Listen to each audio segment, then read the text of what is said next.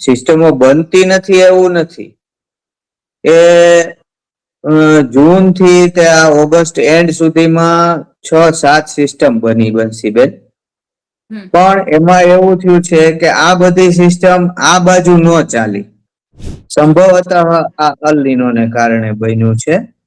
Low pressure બને છે, track એનો રહે છે, ગુજરાતને સાઈડ કરી અને લો પ્રેશર છે એ સિસ્ટમ છે ઉપર તરફ ચાલી જાય છે ને એના કારણોમાં આ જે બેરિયર બન્યું છે સૂકી હવાઓનું, આ બેરિયર કે પડદો, તો એને કારણે આ થઈ રહ્યું છે બેન. અને વરસાદ છે એ ધાર્યો ન થાય. અત્યારે જો ને તો ફુવારા જેવો વરસાદ આવે છે. તો આ મીનના શનિને કારણે મને લાગે છે કે આવું બન્યું છે. અને આવા બધા અવરોધો વચ્ચે આપણે વરસાદની આગાહી બેન કરવાની છે. તમે સમજી શકો છો કે આ સામી છાતીએ લડવાની વાત છે. અલ નીનોનું પરિબળ, સૂકી હવાઓનું પરિબળ, મોનસૂન ના જે બધા ફેક્ટર્સ છે એમ જેવો બીસો આ બધા અનુકૂળ નથી. તો એની વચ્ચે આપણે આશાસ્પદ શું છે એ આપણે શોધી રહ્યા છે બેન. પણ હું એમ માનું છું કે 28 તારીખે હજી એક લો પ્રેશર બનવાનું છે. આ લો પ્રેશર થોડું વધારે મજબૂત હોય એવું મને બંસીબેન લાગે છે. જી. તો એને કારણે અને 25, 26, 27 માં ગ્રહો સારા થાય છે થોડા. તારીખ હું માનું છું કે સપ્ટેમ્બર નું પ્રથમ સપ્તાહ એમાં વરસાદ આવવાની સંભાવના છે. એમાં ખાસ કરીને આવા બધા વિપરીત સંજોગો હોવા છતાં પણ વરસાદ આવી શકે છે. બાકી તો જોઈએ હવે બેન શું થાય છે. હા બેન. હાલ ગુજરાતમાં છે ક્યાંક ને ક્યાંક વરસાદે બહુ લાંબો વિરામ લીધો છે, જેને લીધે ખેડૂતોમાં પણ ચિંતા વધી છે. અમુક વિસ્તારો એવા છે કે જ્યાં વાવણી પણ નથી થઈ અને અમુક વિસ્તારો એવા છે કે જ્યાં વાવણી થઈ ગઈ છે તો ત્યાં હવે પિયત માટે પાણીની વ્યવસ્થા નથી. કેમ કે વરસાદે છે બહુ મોટો વિરામ લઈ લીધો છે અને હવે આગામી દિવસોની અંદર વરસાદ ક્યારે આવી શકે છે, આવશે કે કેમ, ચોમાસું અત્યારે ક્યાંક વિદાય નથી લઈ રહ્યું ને અને અત્યારે જે વરસાદે વિરામ લીધો છે એની પાછળનું મુખ્ય કારણ શું છે, આ તમામ બાબતે આજે આપણે વાતચીત કરવી છે. ત્યારે આજે આપણી સાથે જોડાયા છે હવામાન નિષ્ણાંત કે જેઓ ગ્રહોની સ્થિતિના આધારે હવામાનને લઈ અને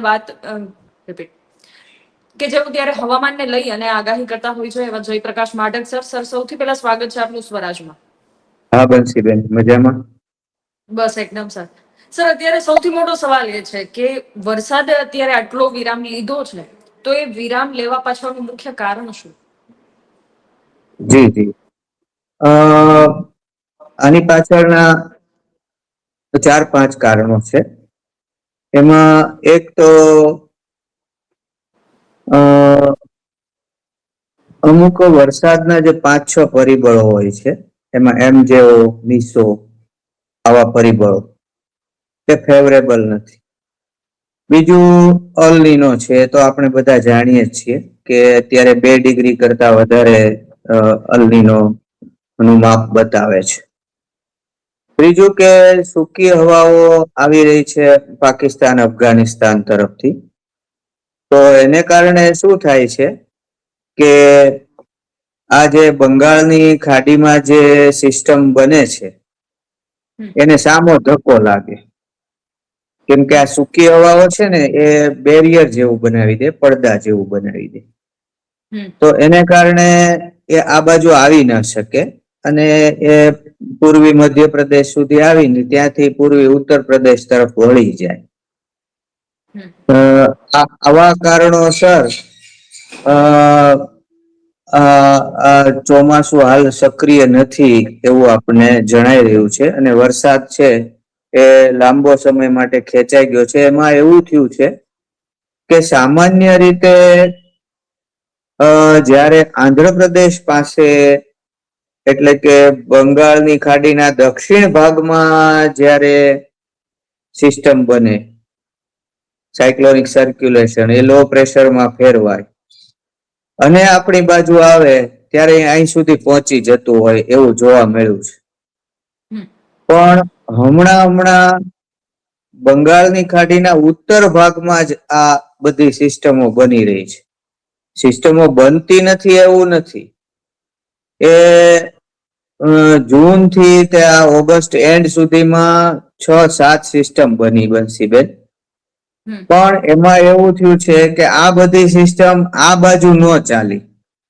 હા. એનું કારણ છે કે મોન્સૂન ટ્રફ છે ને એ લગાતાર કન્ટિન્યુઅસલી ઉત્તરમાં બનેલો છે અને એને કારણે આંધ્ર, તેલંગાણા, મહારાષ્ટ્ર, દક્ષિણ ભારતના અમુક ભાગો એમાં મોન્સૂનની સ્થિતિ સારી નથી રહી. હમ. અને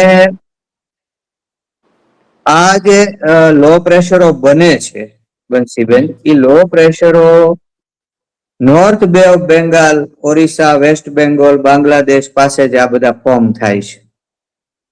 એટલે અત્યાર સુધીમાં 6-7 બની ગયા. પણ એ બને ત્યાં અને ઓરિસ્સા, વેસ્ટ બેંગોલ ની સાઈડ થી ક્રોસ કરે અને પછી સેમ ટ્રેક ઉપર ચાલે. એટલે એનો ટ્રેક શું તો કે વેસ્ટ બેંગાલ, નોર્થ ઓરિસ્સા નો બોર્ડર એરિયા, ત્યાંથી ક્રોસ કરે અને ત્યાંથી નોર્થ ઓરિસ્સા તરફ જાય અને દક્ષિણ ઝારખંડ તરફ જાય, છત્તીસગઢ તરફ જાય અને પૂર્વી મધ્યપ્રદેશ, ઉત્તર પૂર્વી મધ્યપ્રદેશ થઈ અને ઈ પૂર્વી યુપી તરફ વળી જાય. આપણી સુધી પહોંચતા નથી. સંભવતઃ આ અલ નીનોને કારણે બન્યું છે.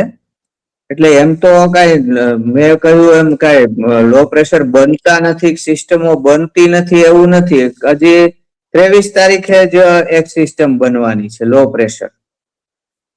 તો ઈ બની અને વેસ્ટ બેંગોલ અને નોર્થ ઓરિસ્સા નો જે બોર્ડર લાઈન છે ત્યાંથી એ આ સિસ્ટમ જે છે એ ક્રોસ કરી અને 24 ઓગસ્ટ સુધીમાં નોર્થ ઓરિસ્સા અને દક્ષિણ ઝારખંડ ઉપર થઈને ચાલશે આ ટ્રેક. અને 25 ઓગસ્ટ સુધીમાં નોર્થ છત્તીસગઢ, ઉત્તર પૂર્વી મધ્યપ્રદેશ થઈને આગળ વધશે અને પૂર્વી ઉત્તર પ્રદેશ સુધી જઈ અને 26-27 ઓગસ્ટ આસપાસ કમજોર થશે. પણ એ પેલા એ વરસાદ બહુ આપશે. દેશમાં વરસાદ નથી એવું નથી.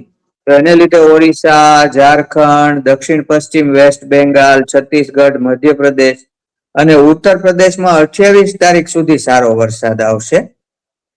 અને આજથી જ કોસ્ટલ એરિયામાં વરસાદ વધી જશે. તો મારું એમ કહેવાનું છે કે ટ્રેક એનો એ રહે છે. લો પ્રેશર બને છે, ટ્રેક એનો એ રહે છે. ગુજરાતને સાઈડ કરી અને લો પ્રેશર છે એ સિસ્ટમ છે ઉપર તરફ ચાલી જાય છે. અને એના કારણોમાં આ જે બેરિયર બન્યું છે સૂકી હવાઓનું, આ બેરિયર કે પડદો, તો એને કારણે આ થઈ રહ્યું છે બેન.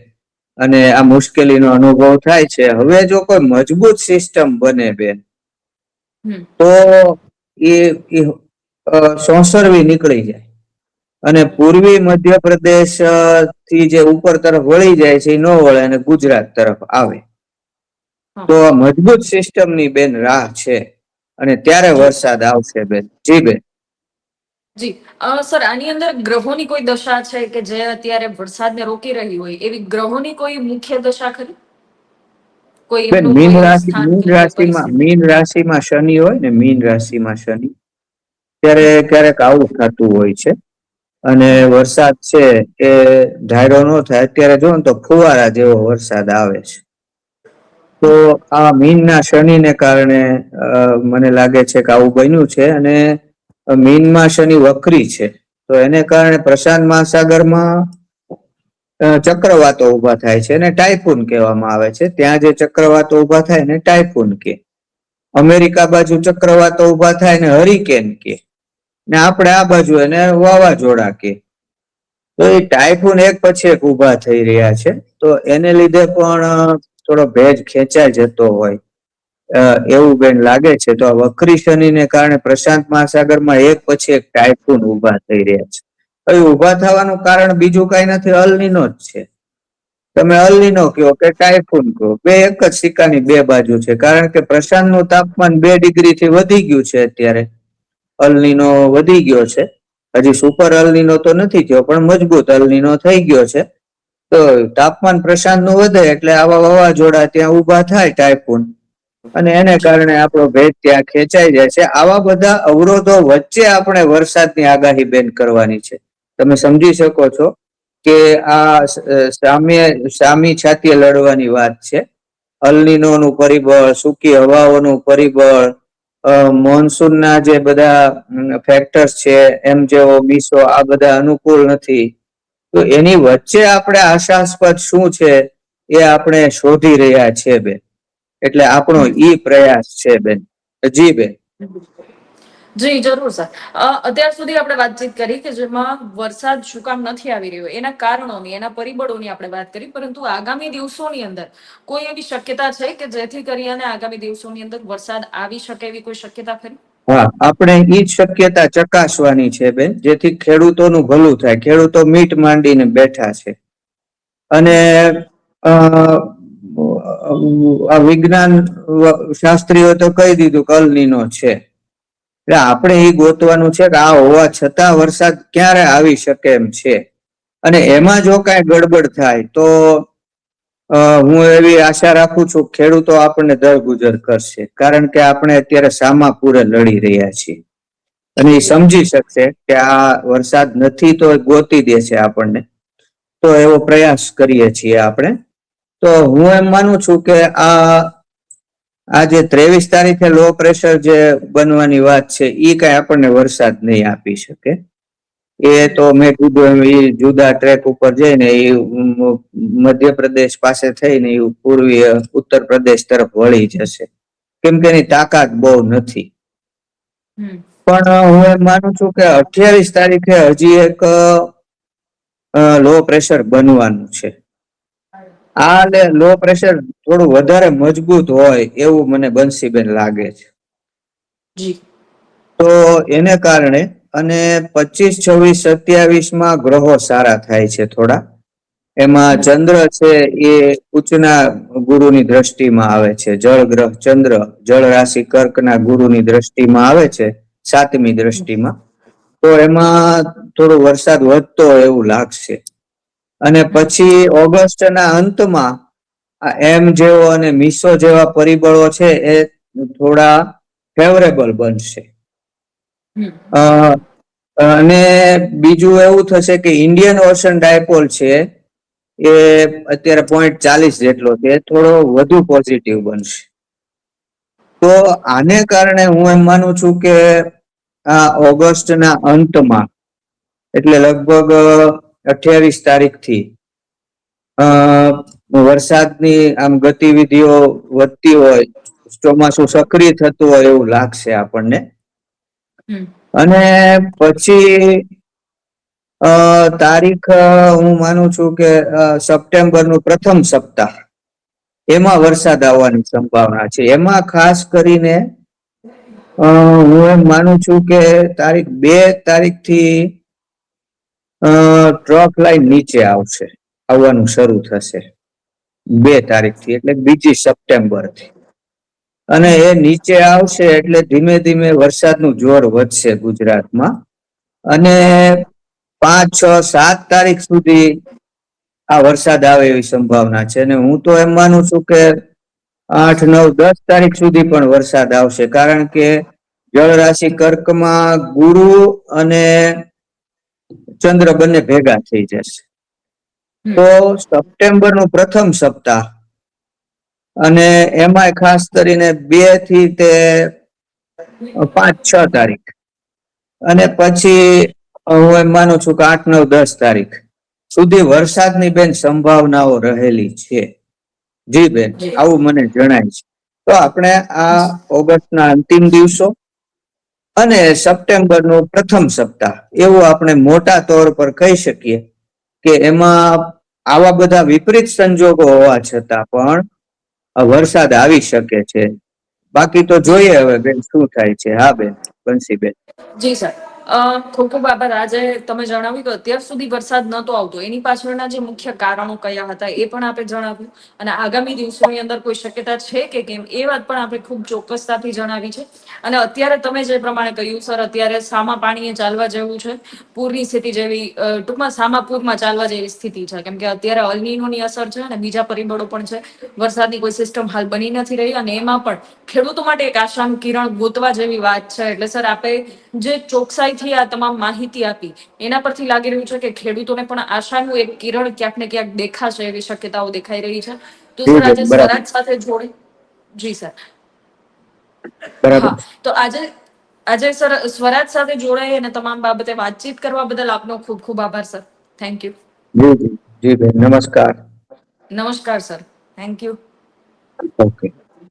ખેડૂત ભાઈઓ છે એ ખેતરમાં ડ્રોન ઉડાવતા હોય છે ત્યારે આપણે એક પ્રશ્ન સતાવતો હોય છે કે જે આપણે અત્યાર સુધી જીપીએસ ટેકનોલોજી વાળા ડ્રોન વાપર્યા છે, જેથી કરીને મોબાઈલ ટાવર છે અથવા તો હાઈ ટેન્શન લાઈન પસાર થતી હોય, કોઈ વૃક્ષો હોય, ત્યારે જે જીપીએસ ટેકનોલોજી વાળા ડ્રોન છે એમાં ટકરાય અને ટ્રેસ થાય છે. પણ એગ્રીવન લાવ્યું છે જીએનએસએસ ટેકનોલોજી ડ્રોન, જેથી કરીને એ ડ્રોન છે એ કોઈ જગ્યાએ ટકરાય નહીં, પોતાની રીતે જ ડિસિઝન લે છે ને મૂવ થઈ જાય છે, જેથી કરીને જીએનએસએસ ટેકનોલોજી ડ્રોન છે એ વાપરવાનો આગ્રહ રાખો.